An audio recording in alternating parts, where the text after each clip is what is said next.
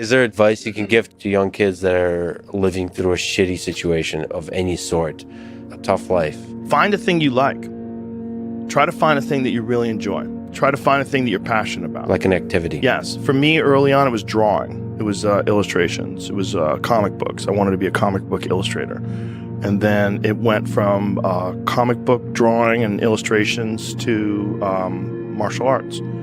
But it was just another thing that I was very, very passionate about.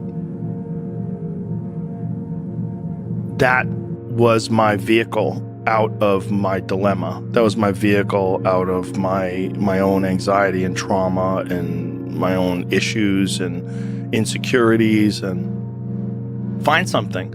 Find a thing that you genuinely enjoy, because getting good at things you genuinely enjoy is extremely beneficial for young people, because it lets you know that, like, everybody thinks they're a loser. Every young person thinks they're a loser, at least a young person in the situation I was at.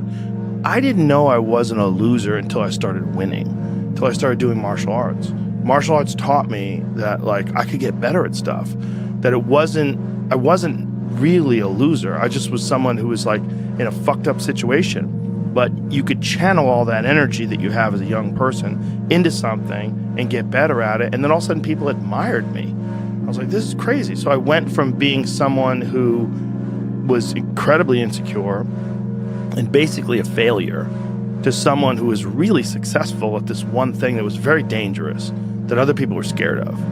And that gave me immense confidence, and also a real understanding of the direct correlation between hard work and success.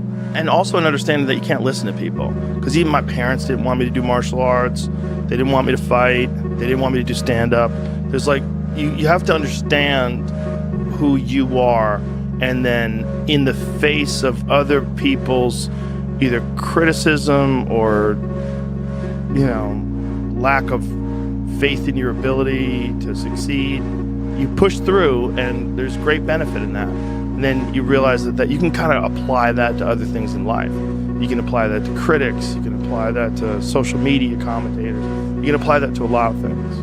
And I don't think people are happy if they don't have puzzles and complex tasks and things that are interesting to them, whether it's an art project or whether it's learning something completely new like stand-up comedy. Like, doing things that are difficult is it's as much of a nourishment of the mind as food is a nourishment of the body. I think you need things that are puzzling to you, where you have to find your own human potential in the difficulty of the task and work your way through things. At least for me, and in my life, that has been 100% constant. I am a very happy person, and I have never had a moment where I'm not doing difficult shit.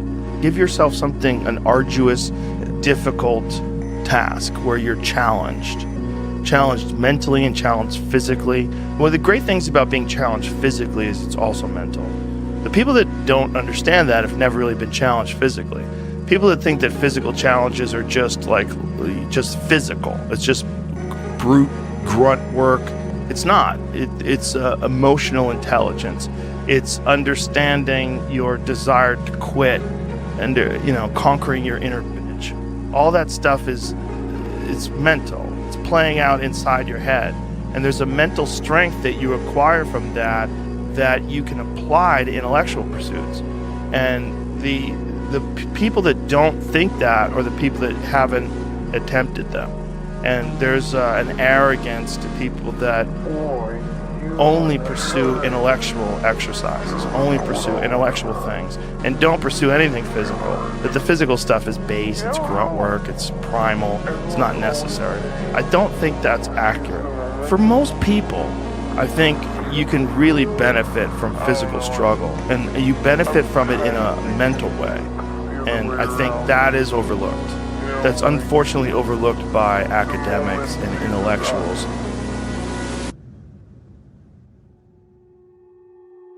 Find some difficult shit to do, because that gets away a lot of the anxiety that you carry around in your body.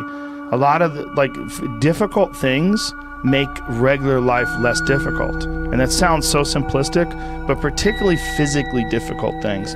Because when you do things that are physically difficult, the strain of making yourself do those things, it's very valuable. It's not just valuable like exercise and fitness and martial arts and running and whatever you're doing that's really difficult. It's not just valuable in terms of like health and the way you look, but it's also valuable for your mind, maybe even more so. Because regular life can be confusing, and little things that go wrong and little problems that arise are exacerbated by the fact that you're not accustomed to dealing with hardship. So creating your own bullshit, whether it's through fucking some brutal kettlebell exercise or running up hills or something, is extremely valuable for you also, not just accepting the nuanced perspectives of other people, but also being able to navigate through this world with some sort of an understanding of just how complex it all is and how weird it all is, and not be overly thrown off by every little dip in the road and pothole that you encounter. That's the real message. The real message is we all started from nowhere. I mean, we all had bullshit jobs. We all felt like losers. But through time and effort, you build a stronger human. You build a stronger body. You build a stronger mind. You build accomplishments and will and momentum. And then you look back and you go, hey man, I'm not washing tables anymore. You know, I'm not washing dishes. I'm not cutting lawns. I'm not digging ditches. Yeah. You know, I'm a different person now, but I used to be. And these desire not to be that, but not to stay in it. That's what. That's the hardest part, right? Is to get out of that rut. When you ain't got shit and there's nothing going on, to have faith then is so difficult. To have faith when you're successful, it's like, yeah, listen, bitch, you've been successful for a while. Of course you got faith. Yeah, just keep doing what you're doing. That's easy. It's like you already got up the hill. Now you're just coasting. You know, you're just rolling down the hill. Everything's great. The hard part is getting up that fucking hill.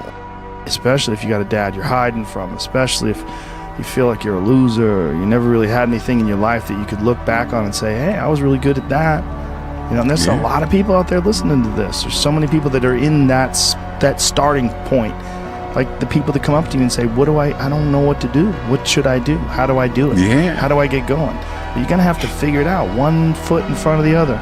You're going to have to find a thing and keep working at it and get better at it. That's one of the things that I like so much about martial arts.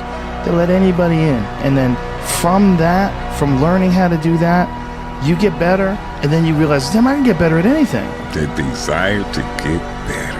Yeah, that's for everybody. Just find a thing. Everything. And if you find a thing, like particularly martial arts, because you get belts and ranks, and then you can see how you're doing with opponents.